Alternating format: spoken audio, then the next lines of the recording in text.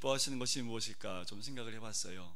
그리고 제가 이 마가복음 말씀을 묵상하면서 주님이 기뻐하시는 것, 지금 우리 성도님들을 우리 주님이 만나셔서 뭐라고 말씀하실까라고 생각을 해보니까 주님이 걸어가신 그 길을 매주마다 따라가는 것, 그 삶을 하나님이 기뻐하지 않으실까라는 생각을 해보았습니다.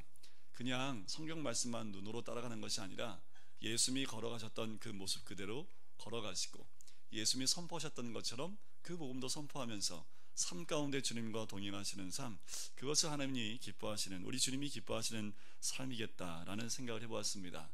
주님이 선포하는 곳에는 풍랑도 잔잔해집니다. 그 힘을 잃고 순종하게 되지요.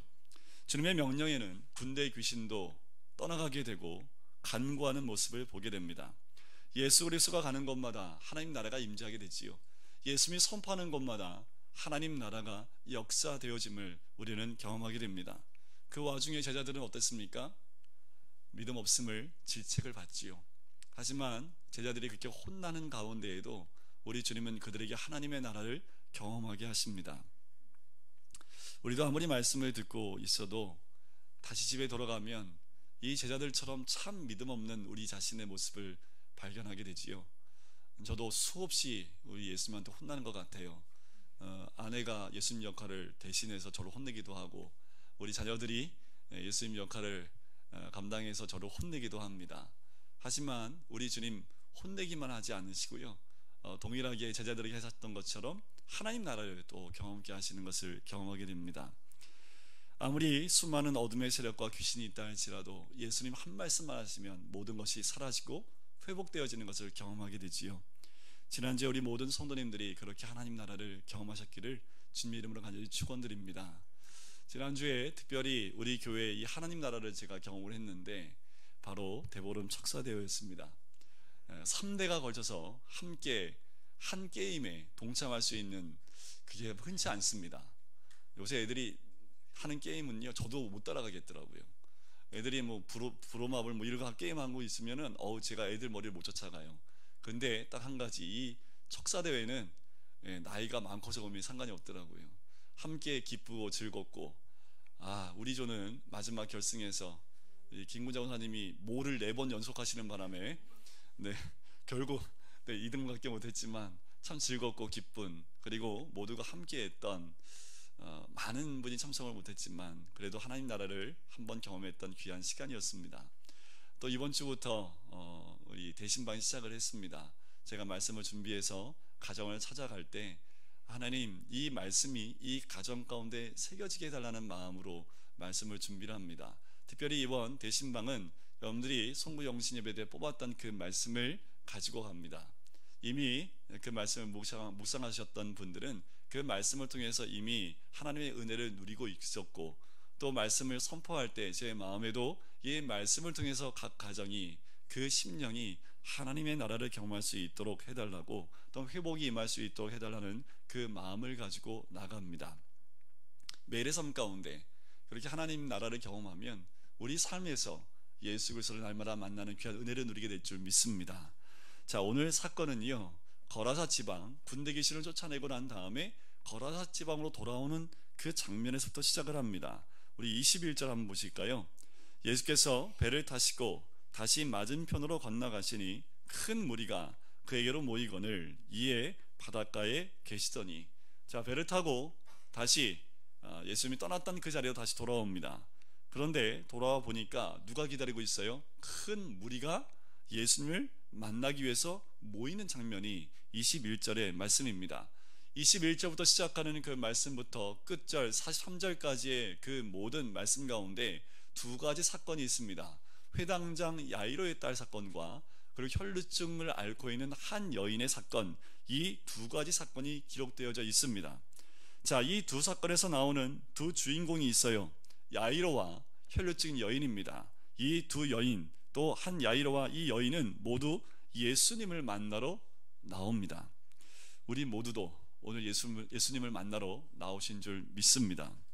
어떻게 큰 무리 가운데 이들이 예수님을 만날 수 있었을까라는 것을 한번 보기를 원합니다.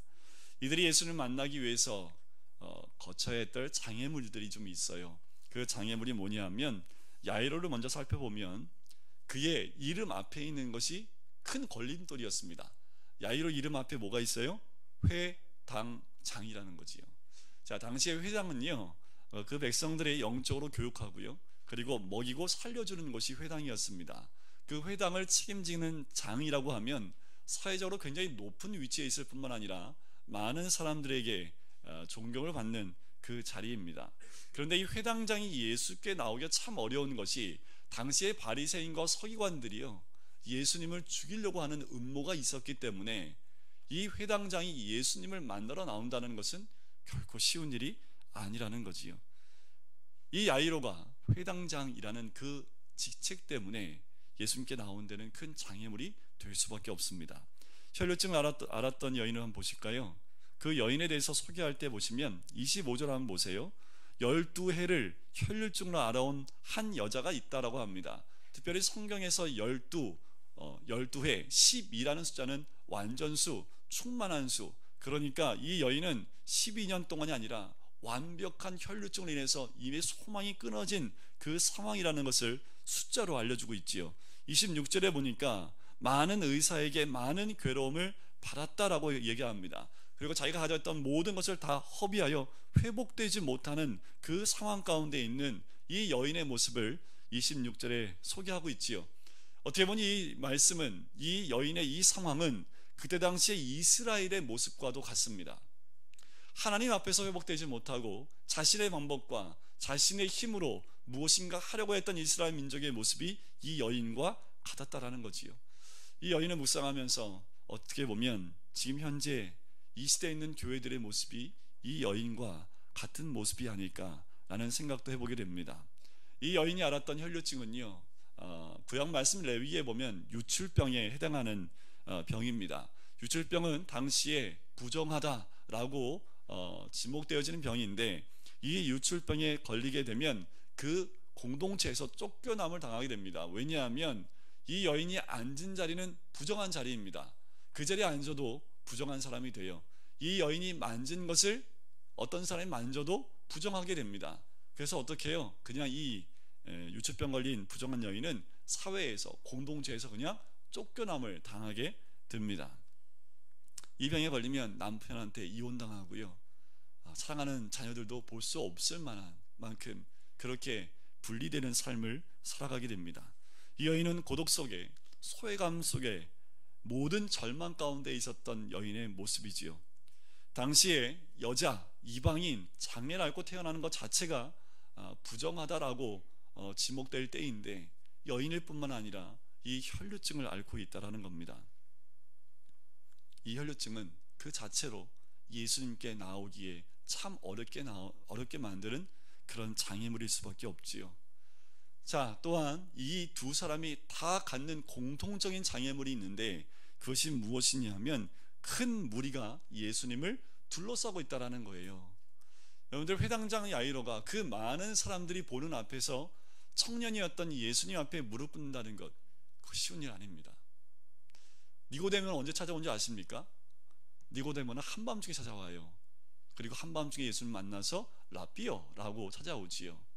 그것은 어떻게 보면 가능할지 모르겠습니다. 많은 사람들이 웅성웅성 모여있는 가운데 회당장이었던 야이로가 예수님 앞에 무릎 꿇는다는 것 쉬운 일이 아니지요.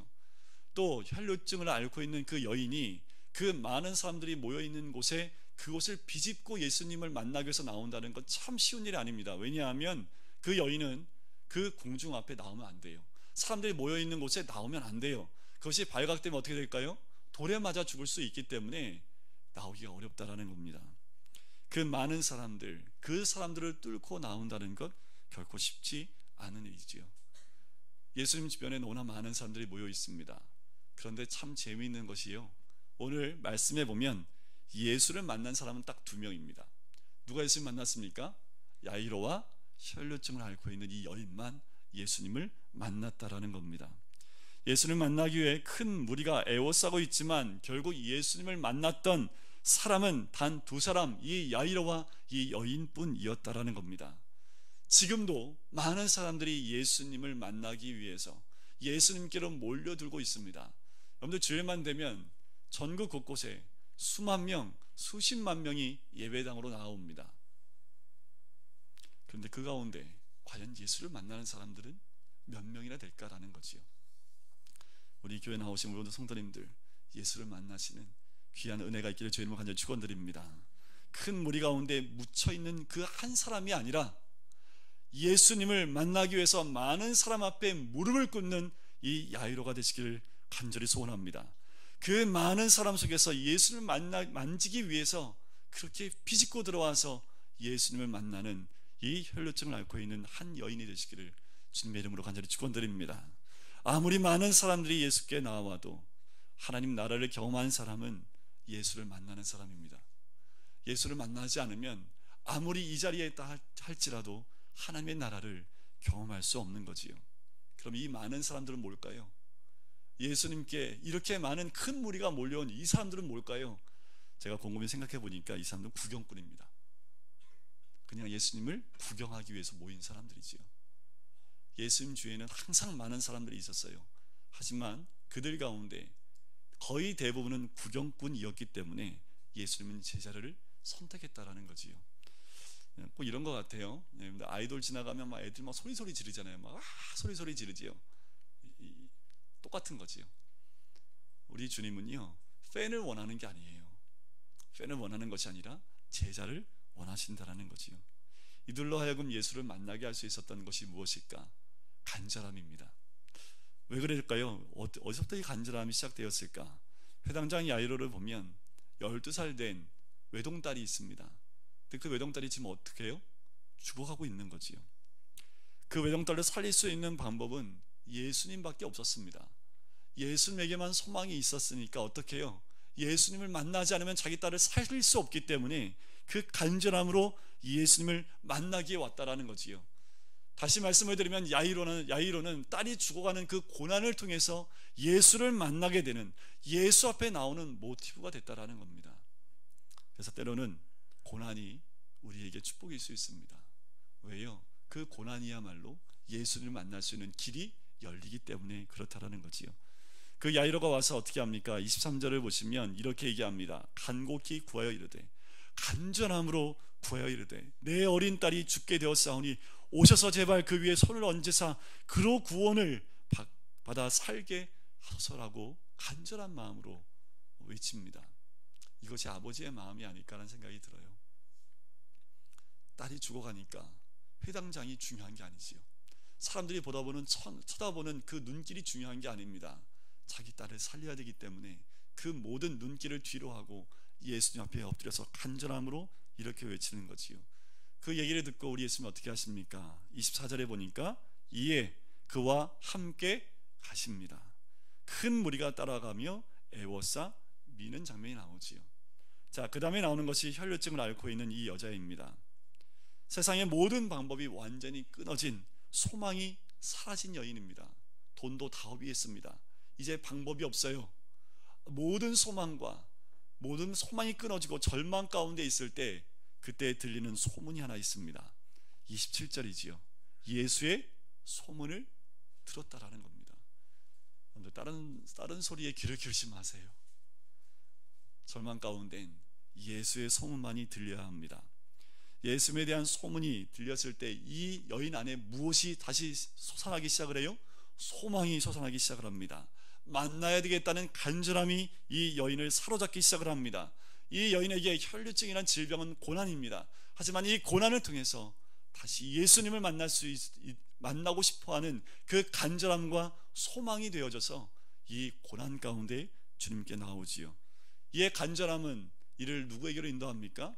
예수님께로. 그리고 예수님의 옷자락에 손을 대고 싶은 소망이 생기는 거지요. 28절입니다. 우리 28절을 같이 한번 읽어볼까요? 시작. 이는 내가 그의 옷에만 손을 대어도 구원을 받으리라 생각함이로라. 우리 모두에게 이런 간절함이 있기를 간절히 소원합니다. 오늘 이곳에 나온 모든 성도님들, 예수님의 옷자락에만 손을 대기만 해도 구원을 받겠다라는 그 믿음을 가지고 나오셨기를 주님의 이름으로 간절히 축원드립니다. 자, 이 여인이 어떻게 했어요? 만졌어요. 만졌더니 어떤 역사가 일어납니까? 그 몸 안에서 혈루의 근원이 마른 것을 그 몸이 깨닫습니다. 누가 깨달아요? 주변에 있는 사람 아무도 모릅니다. 이 여인 내면에서 그 몸 속에서 일어나는 그 변화를 깨닫기 시작을 했다라는 거지요. 그 속에서부터 변화가 일어난 것을 경험하게 됩니다. 성도 여러분, 예수님을 만나시고 만지시기를 소원합니다. 예수를 만지면요, 변화가 일어납니다. 사람들은 모르는 내 내면에 새 생명의 변화가 일어나게 되는 줄 믿습니다. 그래서 제가 좀 생각을 해봤어요. 그러면 어떻게 손을 대지? 어떻게 손 대시겠습니까? 지금 예수님 계시지도 않는데 예수님 옷자락도 없고 어떻게 손을 대요? 예수님의 옷자락은 말씀입니다. 예수님의 옷자락은 찬양입니다. 예수님의 옷자락은 기도입니다. 제가 왜 이런 결론을 내렸냐면, 말씀과 찬양과 기도 가운데 변화되어지는 수없이 많은 사람들을 만났기 때문에 그래요.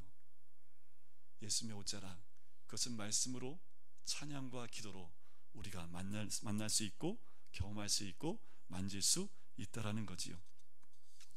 이 여인이 예수를 만져요. 그와 동시에 예수님이 뒤를 돌아봅니다. 그리고 30절을 보세요. 예수님이 뭐라고 말씀하십니까? 누구야?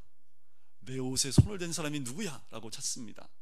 그런데 지금 이 상황을 보실까요? 24절 끝에 보세요. 큰 무리가 따라가며 애워싸 밀더라. 지금 예수님 몸에 손을 댄 사람이 몇 명일까요? 수도 없습니다. 셀 수 없습니다. 그런데 예수님이 뭐라고 하시는 거예요?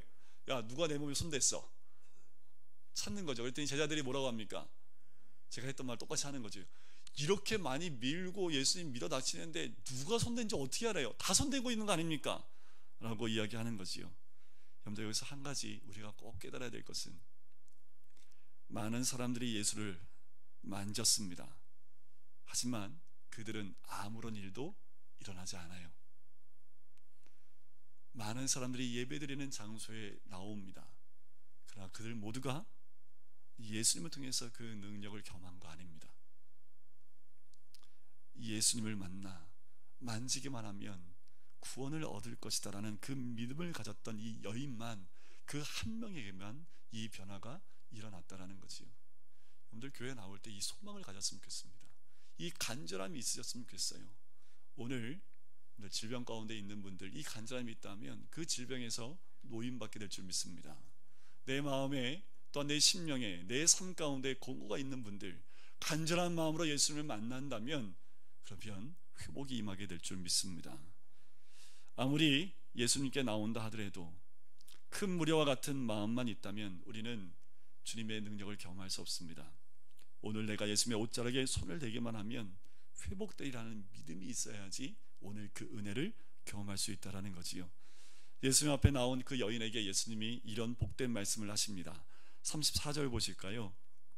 같이 한번 읽어볼까요? 따라, 내 믿음이 너를 구원하였으니 평안히 가라. 내 병에서 놓여 건강할지어다. 다시 한번이요. 이것은 우리에게 하시는 말씀입니다. 시작. 따라, 내 믿음이 너를 구원하였으니 평안히 가라. 내 병에서 놓여 건강할지어다. 예수님이 첫 번째 주어졌던 축복은 내 병이 치유되었다라고 말씀하지 않고요, 내 믿음이 너를 구원했다라고 하는 거지요. 불치병의 치료보다, 절망의 치료보다 더 놀라운 것은 그 영혼의 구원입니다. 그것은 우리의 구원인 줄 믿습니다. 작은 문제들이 해결되지 않을지라도 인생의 본질적인 문제인 구원받았다라는 이 축복이 가장 큰 축복이라는 거지요. 우리 예수님으로부터 이 여인은 내가 구원을 받았다 라고 이 말씀을 듣게 됩니다. 우리 모두에게도 이 은혜가 함께 임하기를 간절히 소원합니다. 또 한 가지 축복이 무엇입니까? 평안히 가라라는 거지요. 구약의 히브리 말로는 샬롬이라고 우리가 얘기를 합니다. 그런데 헬라 말에는 에이레네라는 말을 써요. 이 평안은 하나님과의 관계가 회복되어졌을 때 임하는 그 평안입니다. 자, 이것을 어떻게 알 수 있습니까? 예수님이 이 여인을 부를 때 뭐라고 불러요? 따라라고 부르는 거지요. 이미 믿음 가운데 하나님과의 관계가 회복되어진 이 여인에게 성경 어디에도 예수님이 여인에게 딸이라고 표현하는 것은 이 여인 외에는 없습니다. 따라라고 부른다라는 거지요. 이 여인에게 진정한 평안이 임했음을 알 수 있는 단어입니다. 또한 세 번째 축복은 마지막 내 병에서 놓여 건강할지어다. 이 여인에게 가장 중요한 것이 이 세 번째 축복이었지만 우리 주님은 마지막 축복으로 이 말씀을 주십니다. 당신은 이제 아프지 않습니다. 당신은 이제 병마에서 해방되었습니다. 일어날 것입니다. 걸어갈 것입니다. 건강해질 것입니다. 당신은 병에서 자유를 얻었습니다. 이 외침이라는 것이요, 우리의 모든 삶 가운데 눌려있고 또한 아픔과 괴로움 가운데 자유함을 얻을 것이다 라는 그 메시지와 선포이기도 합니다. 이 세 가지 축복 아멘으로 받으시길 주의 이름을 간절히 축원드립니다. 받아야 하지요. 우리 것으로 잡으셔야 합니다. 이 여인과의 대화를 지켜보는 옆에 있는 회당장 야이로의 마음은 어떨까요? 속이 타지요. 지금 내 딸 죽어가고 있는데 길에 머물러 서가지고 이 여인을 쳐다보고 있는 그 야이로, 그 예수님을 바라보면서 야이로의 마음이 막 타들어가지 않겠습니까? 근데 그와 동시에 35절에 보니까 한 사람이 옵니다. 그래서 이 회당장에게 소식을 전하는데 뭐라고 얘기합니까? 당신의 딸이 죽었나이다. 어찌하여 선생을 더 괴롭게 하나이까? 이 여인을 만나서 그 문제를 해결하는 동안 야이로의 딸이 죽었습니다. 사람들은 울고 불고 통곡하고 있는 그 상황이지요. 그때 예수님이 이 야이로에게 하신 말씀, 이 말씀을 기억하시길 바랍니다. 36절이지요. 뭐라고 말씀하십니까? 두려워하지 말고 믿기만 하라. 믿음을 요구하십니다. 예수님 어린 땅을 살리기 위해 고난 가운데 찾아온 야이로에게 믿음을 가지라 말씀하는 거지요. 우리에게도 동일합니다. 두려워하지 말고 믿기만 하라 라고 말씀하는 거지요. 야이로에겐 딸의 죽음의 소식이 이 세상이 다 끝나는 순간이었습니다. 자기 딸이 죽었다는 그 얘기를 들었을 때 이의 모든 삶은 이미 끝을 바라본, 모든 것이 끝났다라는 그 생각으로 가득 찰 수밖에 없죠. 절망입니다. 예수님께 자기 딸을 살려달라고 지금 모시고 가고 있는데 죽었다는 그 이야기는 이제 끝났다라는 얘기지요. 우리에게 필요한 것, 세상에서 들리는 소리가 아닙니다. 이 순간 우리에게 들려야 될 소리가 있다면 오직 예수님의 소리입니다. 우리가 절망 끝에 우리의 모든 소망이 사라질 때 우리에게 더 잘 들리는 소리가 있다면 세상의 소리지요. 세상에서 들리는 소리가 너무나 크게 들립니다. 하지만 그 소리에 반응하면 우리는 절망할 수밖에 없습니다. 그때 우리 예수님은 누구에게 귀 기울이라고요? 두려워하지 말고 믿기만 하라는 예수의 소리에 귀를 기울이라 말씀을 합니다. 39절을 보세요. 들어가서 그들에게 이르시되 너희가 어찌하여 떠들며 우느냐? 이 아이가 죽은 것이 아니라 잔다 하시니. 죽는다는 것은 모든 것이 끝났다는 것을 의미하지요. 호흡이 없고 생명이 없기에 모든 것이 끝났다라는 것을 의미하지만 우리 예수님은 뭐라고 얘기합니까? 잔다라고 얘기하는 거지요. 그 말은 뭐예요? 끝난 것이 아니다 라고 말씀하시는 겁니다. 성경에서 잔다라는 것은 부활을 전제합니다. 다시 말씀을 드리면 다시 깨어난다는 것을 의미하는 거지요. 이 말씀은 이와 같이 풀어서 말씀드릴 수 있어요. 걱정하지 마라. 너희들은 물리적인 죽음만 보고 통곡하며 난리를 치는데 조용히 하라. 아이가 자고 있는 것이다. 다시 일어날 것이다. 비웃는 무리를 내보낸 뒤에 우리 예수님이 아이에게 손을 대세요. 성경에 하나님의 손은 권능을 의미합니다. 여러분들 좀 전까지만 해도 누가 누구에게 손을 댔습니까? 혈류증을 앓았던 여인이 예수님의 옷에 손을 댔어요. 근데 지금 이 본문에서는 누가 누구에게 손을 대요? 예수님이 이 아이에게, 어린 야이로의 딸에게 손을 대는 장면이 나오지요. 이 손이 참 중요하더라고요. 우리 손이 예수님을 만났으면 좋겠고요. 또한 예수님의 손이 우리를 만지는 손이 되시기를 주님의 이름을 간절히 축원드립니다. 그렇게 만지시면서 뭐라고 했어요? 달리다 굼이라고 말씀하시는 거지요. 이 말 뜻은 뭐라고 나옵니까? 내가 내게 말하노니 소녀야 일어나라. 이 말은요, 그 어머니가 자고 있는 아이를 깨울 때 그렇게 깨우는, 조용히 깨우는 말이래요.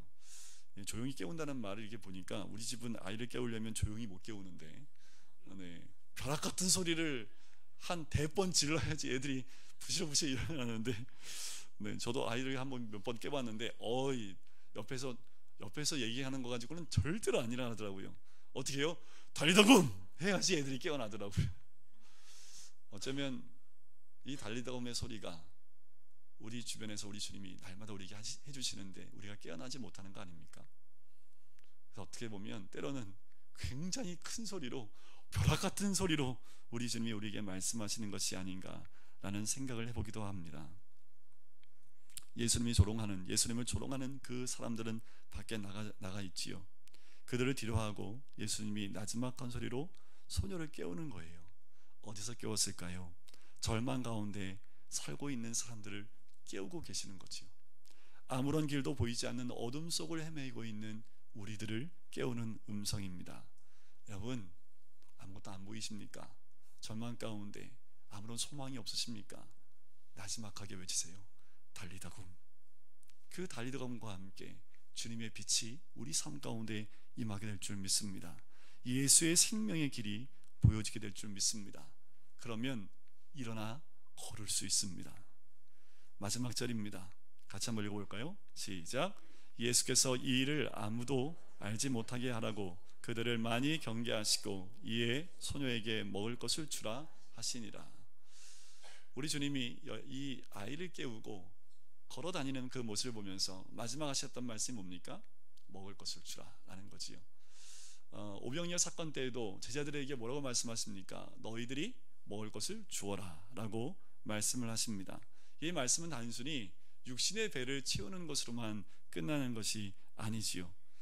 너희가 먹을 것을 주라 라는 그 의미는 하나님 말씀, 하나님의 복음으로 그 영혼을 채우라 라는 말씀입니다. 여러분들 달리다굼 하셨습니까? 달리다굼 하셨으면 드셔야 합니다. 여호와의 말씀, 하나님의 복음을 드셔야 됩니다. 우리 영혼에 가득가득 채우셔야 되는 거지요. 귀신이 떠나갔다가 갈 곳이 없어서 다시 돌아왔더니 정비되어지고 깨끗하게 정비되어져 있으니까 어떻게 해요? 자기 친구 7 귀신을 더 데리고 와서 그 집에 들어가 살았던 그 이야기를 우리 예수님이 예화를 하셨습니다. 우리가 일어났다면 채워야지요. 말씀으로, 복음으로 채우셔야 됩니다. 오늘부터 아침에 일어날 때 이렇게 외치고 일어나십시오. 달리다굼. 오늘부터 우리 자녀들 깨울 때 어떻게 깨우시라고요? 달리다굼으로 깨우십시오. 잘 안 일어나요?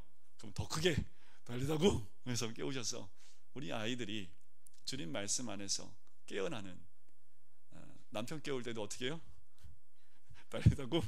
아내 깨울 때도 달리다굼. 그래서 온 집안이 달리다굼을 통해서 회복되어지는 귀한 한 주가 되시기를 주님의 이름으로 간절히 축원드립니다. 우리 같이 기도하실까요?